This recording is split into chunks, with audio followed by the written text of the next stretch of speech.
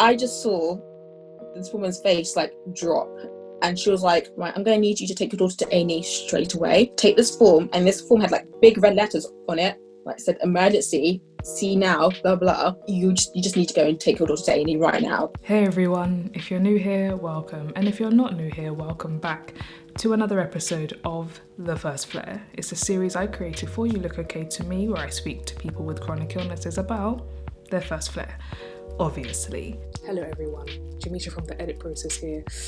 I'm just here to say I'm very aware that the side of my top has been pulled down for the whole video. I didn't realise when I was talking. I looked back at it now and it's very annoying, but I'm not going to refilm the video. I'm just here to apologise, and it may happen again. In today's episode, I'm speaking to someone really special. Her name is Maya. Maya has type 1 diabetes, so it was a really interesting conversation to understand when she first realised she was sick and also how the illness presents for her. This is Maya. Hi, my name's Maya. I am 26. I am type 1 diabetic, have been since I was 11, and I work in a sex store in Soho. So as always, I ask if there are any signs or tips or hints that something wasn't quite right. What were yours? So diabetes is a bit different, whereas like you get all the onset symptoms at once. It usually gets set off by like an illness. So I had an ear infection when I came back from Barbados, which is where my family's from, and I just started getting really thirsty. I was losing a lot of weight. I was really tired. Yeah, like when I say I was thirsty, I was drinking like a litre every 30 minutes. I was just like glugging it down. Like I could never like quench my thirst. Like I was just always constantly just drinking and then going up to the toilet and peeing, and then drinking and going up to the toilet and pee. My nan, she used to be a nurse. I remember I spent one Saturday with her, and she noticed that I was drinking a lot, thirsty. She noticed that I lost a lot of weight. And she was like, oh, tell your mum to keep an eye on you. So I was like, okay, cool, whatever. Went home. I was like, Nan told me to tell you that you have to keep an eye on me. Mum was like, that's a bit weird, but okay. And I think maybe 2 weeks later, my mum came home late one day, and I just came back from the toilet. And my mum was like, how many times have you been to the toilet in the past hour? And I was like, 9 times. She was like, 9 times. I was like, yeah. She's like, okay, we're going to the walk-in centre right now. We thought that I had a UTI. She's like, it's definitely a UTI. That's what I have. That's definitely what I have. Did a urine test, and he was just like, oh, you have a lot of glucose in your urine. You should probably try and stay off sugar. And me and Mum like, okay, that sounds like legit. Okay, cool, whatever. We leave the office. I have to go to the toilet again. I was talking to the woman behind the desk. And the woman behind the desk was like, oh, so what's wrong with your daughter? And my mum's like, oh, she just needs to stay off sugar for a bit. And I think the woman behind this was a nurse. And she was like, that doesn't sound correct. And Mum's like, really? The woman was like, oh, did you do this test? And I was like, no. And we're like, did you do this test? And I was like, no. And she was like, right, bring your daughter back in. I just want to do a few more tests on her. Go in, do a finger prick test, which is if you have diabetes or if you've ever been, you just prick your finger in and squeeze blood. And your normal blood glucose is between 4 and 8. And mine was 35.5. And I just saw this woman's face like drop, and she was like, right, I'm going to need you to take your daughter to A&E straight away. Mum was like, why? She's like, take this form, and this form had like big red letters on it, like it said emergency, see now, blah blah. And she's like, you just need to go and take your daughter to A&E right now. And so my mum's like, I don't know what's going on, but okay. Go in, had to go into the adult section, hooked up to all these wires, hooked up to all these IVs. I didn't know what was going on. My mum's like, Mum can't stand needles anyway. My mum was like, what is happening? And a doctor comes in and is like, yes, we think your daughter has type 1 diabetes. And I'm just like,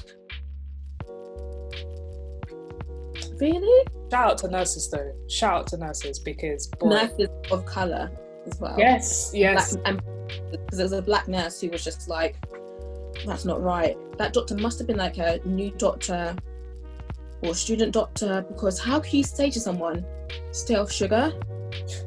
Sugar's in everything.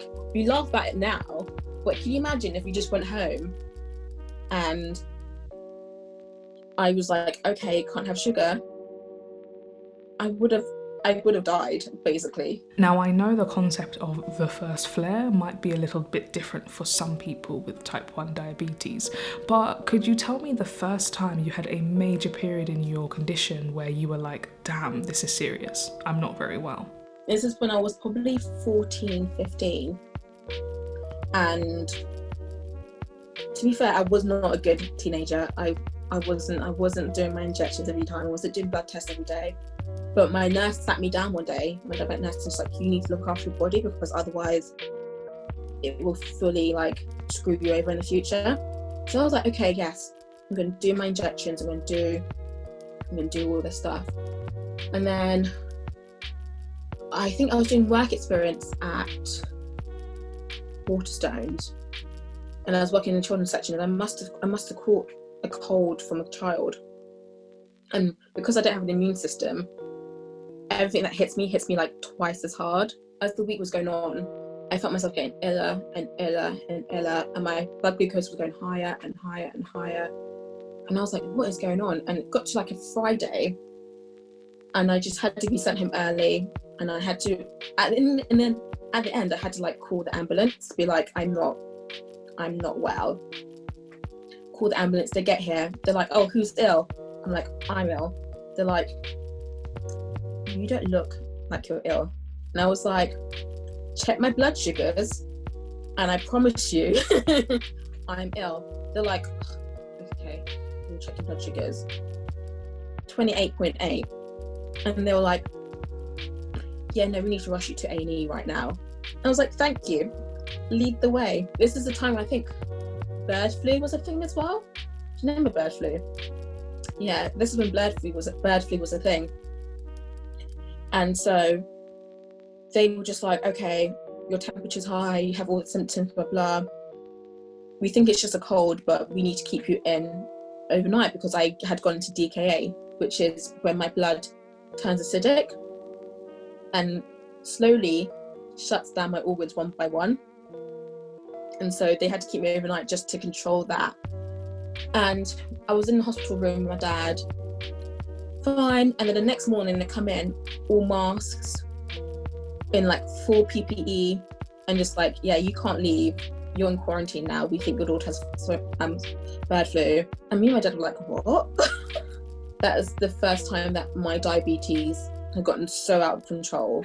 And the question I love to ask everybody, if you knew what you knew now, what would you tell yourself back then when you were first figuring out you had diabetes? And in this case, you were really young.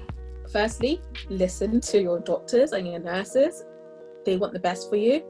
They're not trying to make you ruin your life. They're not trying to hold you down. They're trying to make sure you have the best care possible. 2, attend the therapy sessions that you get, Maya. Attend them.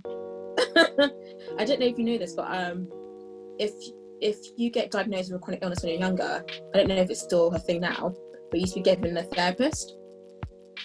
And I used to avoid those sessions like it was the plague.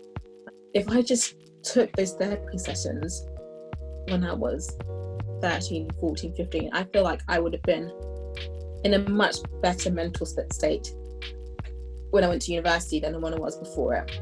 Do your research. Talk to people your own age who have diabetes as well. Add them on Facebook or whatever, because you find that as you get older, you meet more people who are like you and you feel less alone. And I feel like that would have been a great help to teenage Maya if she knew that other, especially black girls her age, also dealt with the same things as she did as well. And we could talk about things that maybe you can't really talk to your pediatric doctor or your nurse. Thanks everyone for watching that video. I really hope you enjoyed it, and thanks to Maya for sharing her story. If you liked that video, make sure you like the video or give it a thumbs up or a heart or whatever you want, and follow and subscribe to You Look Okay to Me on all my social platforms. That's Facebook, YouTube and Instagram. Share the video around because you never know who it can help, and be sure to turn on the notification bell. You can turn the notification bell on YouTube, yes, but you can also turn the notification bell on Instagram because that will make you aware anytime I post or upload a video. Thanks so much for watching, and I will see you in the next one.